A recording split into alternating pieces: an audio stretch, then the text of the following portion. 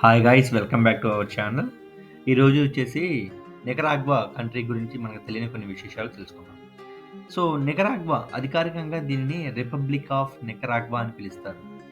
ఇది మధ్య అమెరికా సంస్థలోనే అతిపెద్ద దేశంగా గుర్తించబడి ఉంది.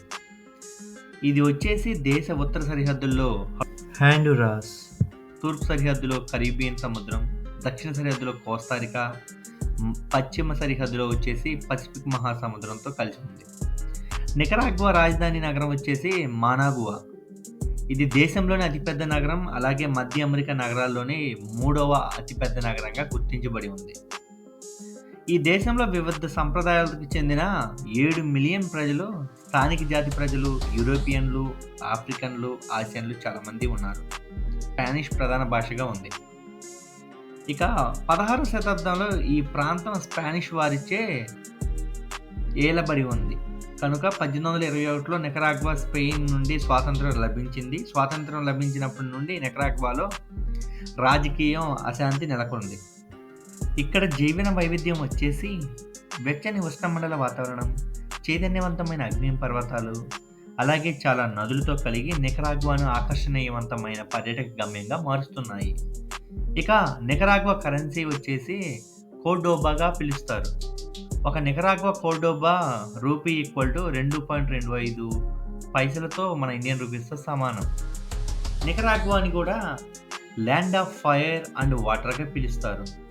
ఇక పాపులేషన్కి వచ్చేసి ఇక్కడ 71 లక్షల మంది జీవిస్తూ ఉన్నారు.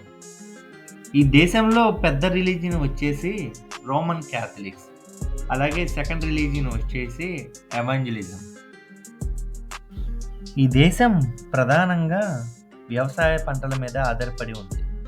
దేశం మొత్తం జీడిపిలో 8.1% అగ్రికల్చర్ నుంచే వస్తుంది. ఈ దేశంలో చూడదగ్గ ప్రాంతాలు వచ్చేసి సెరెనాగ్రో వాల్కెన్ పర్వతాలు, అలాగే Corn Islands, Esteli, Granada, Lake Nicaragua, Selva Negra, San Juan River, Morgan's Rock, ఇలా చాలా అద్భుతమైన ప్రాంతాలు ఉన్నాయి. ఎవరైనా ఇంట్రెస్ట్ కనుక ఉంటే డెఫినెట్గా ట్రావెల్ చేయండి. నికరాగ్వా వెళ్ళాలనుకుంటే మన దేశం నుంచి కోస్తారికాకి రీచ్ అయ్యి అక్కడ నుంచి ఫ్లైట్ ద్వారా నికరాగ్వాకి చేరుకోవచ్చు. మీకు ఈ వీడియో కనుక నచ్చినట్లయితే please like, subscribe and click on bell icon for more videos.